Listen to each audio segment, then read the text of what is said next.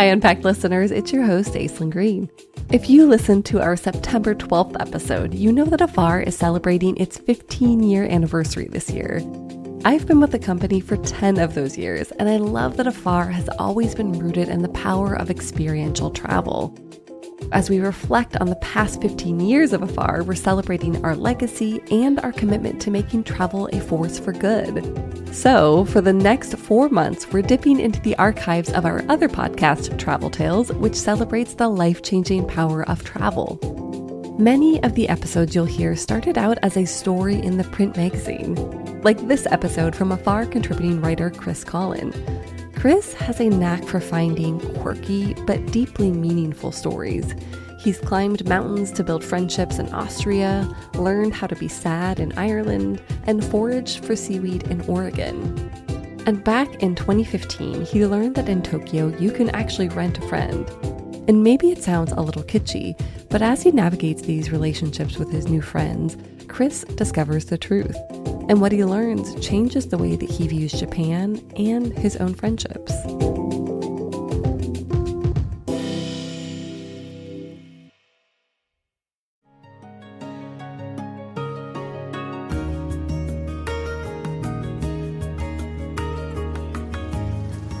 I'm new in Tokyo and sweaty and jet-lagged.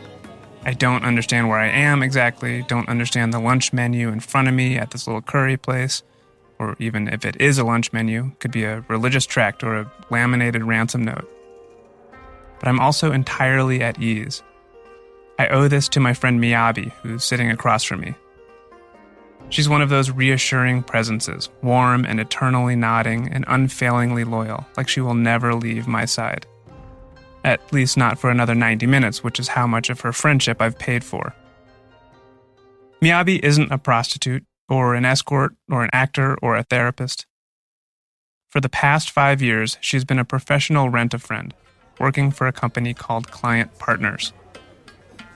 My lunchmate pokes daintily at her curry and speaks of the friends whose money came before mine. There was the head of a prominent company, rich and very clever, but conversationally marooned at hello. Discreetly and patiently, Miyabi helped draw other words out. There was the string of teenage girls struggling to navigate mystifying social dynamics. At their parents' request, Miyabi would show up and just be a friend. You know, a normal, companionable 27-year-old friend. She's been paid to cry at funerals and swoon at weddings, lest there be shame over a paltry turnout. Some of her friendships last for but a single explosive moment. Last year, she tells me, a high schooler hired her and 20 other women just long enough to snap one grinning, peace sign flashing, I totally have friends Instagram photo. That was it. Friendship complete. It was a few months ago when I first learned that friendship is rentable in Tokyo. And at the time, it just seemed like more Japanese wackiness, in a subset I'd come to think of as interest kitsch. Every day in Japan, it seems, some weird new appetite is identified and gratified. There are cats to rent, used underwear to purchase, owls to pet at owl bars. Cuddle cafes exist for the uncuddled, goat cafes for the ungoated. All to say I expected something more or less goofy when I lined up several English-speaking rent-a-friends for my week in Tokyo. Client Partners exist primarily for lonely locals, but the service struck me as well-suited to a solo traveler too, so I paid a translator to help with the arrangements. Maybe a more typical Japanese business would have bristled at this kind of intrusion from a foreigner. But the rent-a-friend world isn't typical, I would soon learn, and in some ways it wants to subvert all that is. And so I intrude robustly over the course of my lunch with Miyabi. Contrived Instagram photos aside, she tells me, her career mostly comprises the small, unremarkable acts of ordinary friendship. Shooting the breeze over dinner, listening on a long walk, speaking simple kindnesses on a simple drive to the client's parents' house, simply to pretend you two are in love and absolutely on the verge of getting married, so don't even worry, Mom and Dad. As a girl, Miyabi longed to be a flight attendant. Continental, for some reason. And that tidy solicitousness still emanates. She wears a smart gray skirt and a gauzy beige blouse, over which a sheet of impeccable hair drapes weightlessly. She doesn't care that I am impeccable. She smiles when I smile, touches my arm to make a point. Her graciousness cloaks a demanding job, With an average of 15 gigs a week, Miyabi's hours are irregular and bleed from day into night. The daughter of a doctor and a nurse, she still struggles to convince her parents that her relatively new field is legitimate. The money is fine, but not incredible. I'm paying her roughly $115 for 2 hours, some percentage of which client partners keeps. So why does she do it, I ask. Miyabi puts down her chopsticks and explains. It helps people, real and lonesome people in need of whatever ineffable thing friendship means to our species. So many people are good at life online or life at work, but not real life, she says, pantomiming someone staring at a phone. For such clients, a dollop of emotional contact with a friendly person is powerful, she adds, even with a price tag attached. So this isn't secretly about romance, I ask? Client Partners has 2 rules, she tells me. No romance and no lending money. Also, be ready for all types of clients. Widowers who need someone to watch TV with. Shy guys who could use a dating coach. Shy gals longing for a shopping companion. And that one dude who just wanted a friend who'd do him the solid of waiting 7 hours outside Nike to snag these fresh sneakers for him when they went on sale. Then there are the fake boyfriends. A few years back, a fellow I'll call Hayato had been facing intense pressure to find a wife and start a family. He was 35 after all. But it wasn't happening, so he started a charade instead. A visit to his parents' home was coming up, and with Miyabi's help, he concocted a whopper. That she was one of Hayato's employees at his company, and they had fallen in love. The two hunkered down in cafes to practice, sharing biographical details and rehearsing romantic quirks. As long as she was telling lies, he decided some general flattery wouldn't hurt. Hayato's so great and kind at the company. Everyone there loves him. The day of the visit came, and lo, the parents bought it. Soon, the fake relationship fake graduated to a fake engagement. It was embarrassing, Miyabi tells me about the lying. But watching his parents feel good when I said these nice things about him, it's not all bad. Still, all pretend good things come to an end, and eventually a finale was written. When the time came, a heartbroken Hayato informed his parents that Miyabi loved her career more than she loved him. She'd transferred to a different branch, and that was that. After lunch, Miyabi and I walk out into the afternoon, our friendship nearly done. We stroll north toward the cartoonishly packed intersection near the Shibuya subway station. Smiling young people pop into department stores. School children huddle and cackle and retreat to phones and then re-erupt. Every other shirt shouts a bright, exuberantly nonsensical slogan. I'm just being emo yesterday. The whole scene looks like a promotional video for Japan. I believe Miyabi when she says her job is satisfying because of the personal connection. But I have to ask her why there's such a demand for it on the client side. Why? Miyabi asks, gesturing to the smiling people around her. Because this is all a lie. The next day is hot, almost steamy, and that afternoon I take the subway to the city's jumbly Sangenjaya neighborhood. It's been 24 hours since Miyabi and I parted company, a month in unmoored Tokyo time, and I filled it roaming through cute toy stores and narrow alleys thick with yakitori smoke. I gawked at white-gloved parking attendants and observed a poster showing a muscular cartoon figure winding up to punch someone. Floor information, the poster said. From my studio, 10 stories up, I've tried unsuccessfully to snap everything into some kind of mental framework. Possibly I need some floor information. For now, it's time to get to know my new friend, Yumi. We meet in the back of a dark izakaya. She's petite, with bird-like features made more bird-like by her human-scale fedora. She speaks good English, but still wobbles, so her husband, Taka, joins us. They're one of those sweet, unassuming couples that exist just to radiate koala-like gentleness. They help me order, and as we nibble at pork with ginger, Yumi cheerfully tells me about the gigs she's had since becoming a rent-a-friend. There was the mystery writer who wanted her to read the novel he had toiled away at for 10 years. Another man needed someone to talk with about his aging parents, not in person, but via months of emails. Like Miyabi, Yumi works weddings. She tells me that, for one, she was hired to play the sister of the bride, a real, living woman who herself was in a family feud that precluded her attendance. The mother of the bride was also a rental. The two imposters got along swimmingly. Yumi explains that these are just the more theatrical gigs. The bulk of her clients, they just want basic, uncomplicated companionship.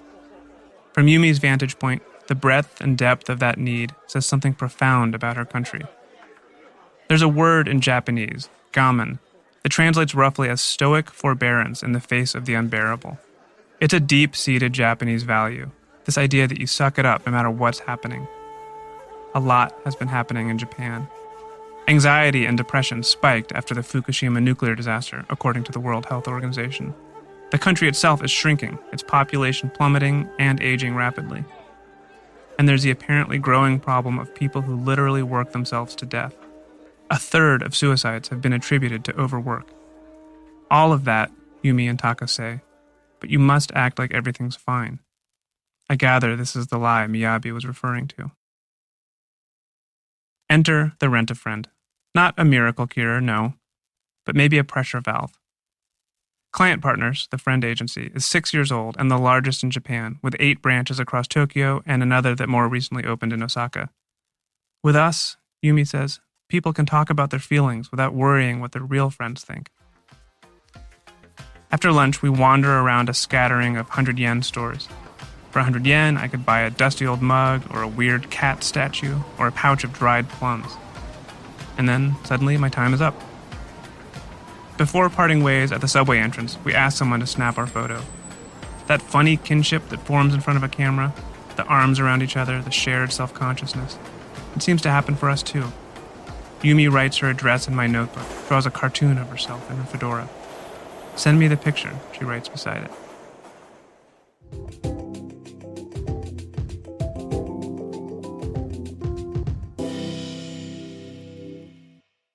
The new year brings new health goals and wealth goals. Protecting your identity is an important step.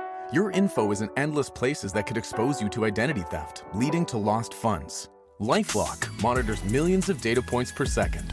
If your identity is stolen, our restoration specialists will fix it, guaranteed, or your money back. Resolve to make identity health and wealth part of your New Year's goals with LifeLock. Save up to 40% your first year. Visit lifelock.com/podcast. Terms apply.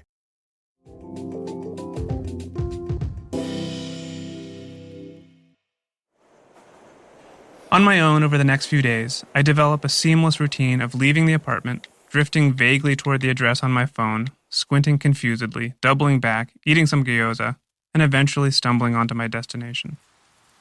On a drizzly Friday morning, my destination is the Client Partners headquarters, a small but airy suite in a nondescript Shibuya district office building. I rope my translator in for this, and at the agreed-upon hour, we're met by a round-faced woman in a long, robe-like garment. Her name is Maki Abe, and she's the CEO of Client Partners. For the next hour, we sit across the desk from her and talk not about wacky interest kitsch, but a nation's spiritual health. We look like a rich country from the outside, Maki says, but mentally we have problems. She speaks slowly and methodically. Japan is all about face, she explains. We don't know how to talk to each other. We don't know how to talk from the gut. We can't ask for help. So many people are alone with their problems and stuck, and their hearts aren't touching. Maki and I bowed when we met, but we also shook hands. Now she brings it up. There are many people who haven't been touched for years. We have clients who start to cry when we shake hands with them. It's not that people lack friends, she says. Facebook, Instagram. Scroll around and you'll find a country bursting with mugging and partying companionship. It just isn't real, that's all. In Japan, there's a real me and a masked me, Maki says. We have a word for the lonely gap in between that. Kodoku. Maki attributes some of this to World War II.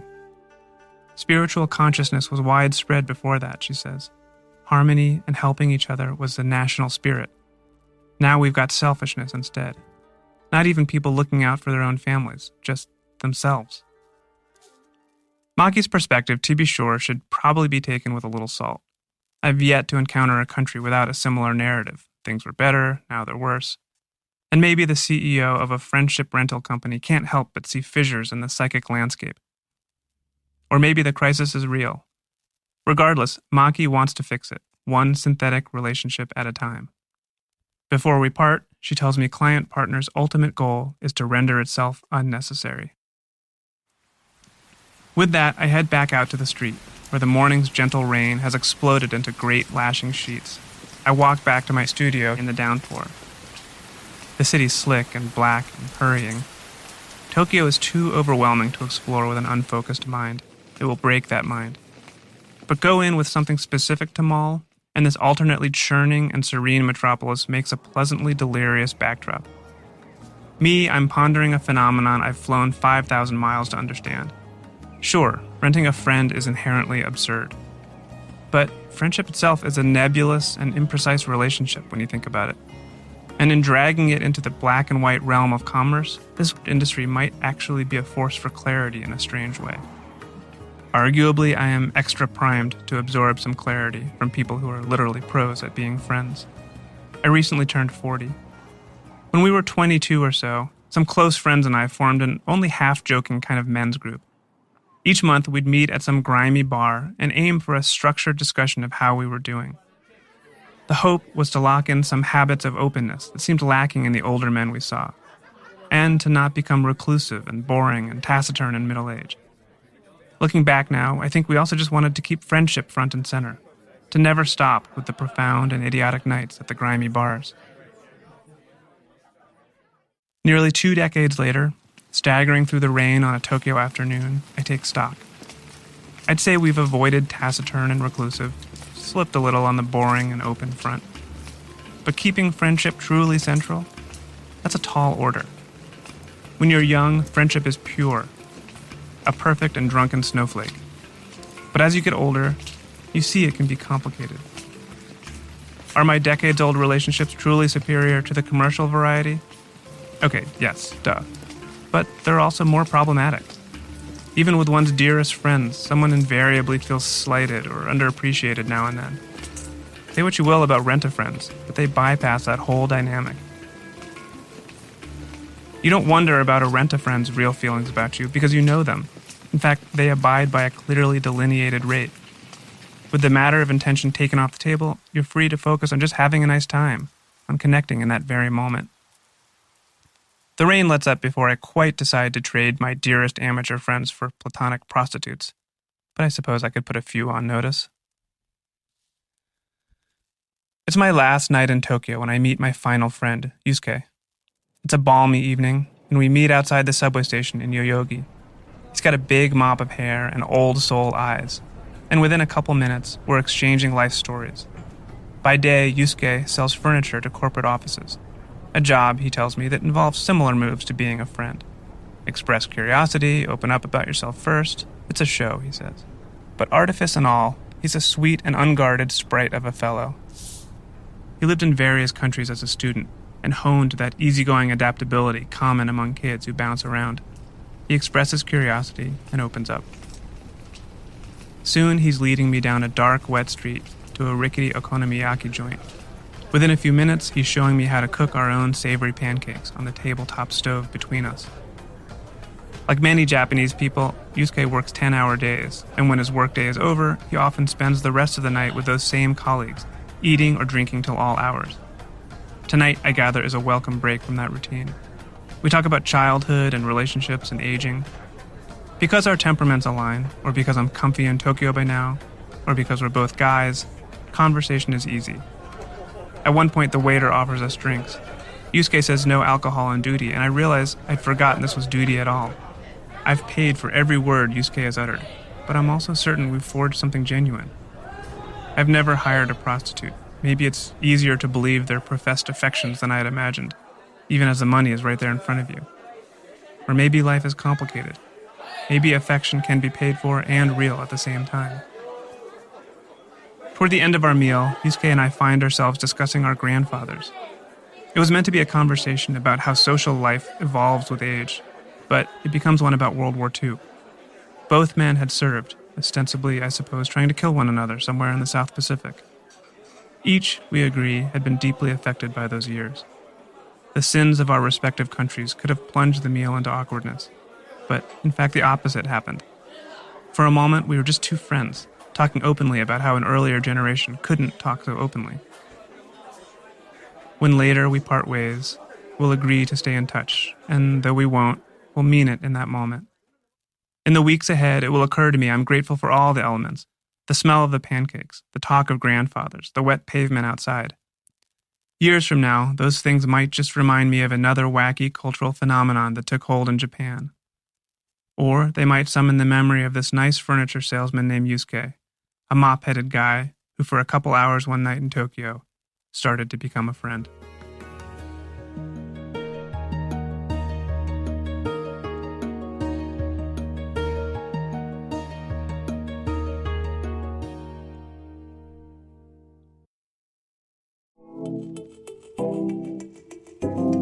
Thanks for listening to our celebration of 15 years of Afar. We have so much more to share. To dive in, visit afar.com/15. The link is in the show notes. We'll also include links to all of Chris's stories for Afar, as well as his social media handles. We'll be back on November 5th with a missive from a foreign land right here in the United States, Amtrakistan.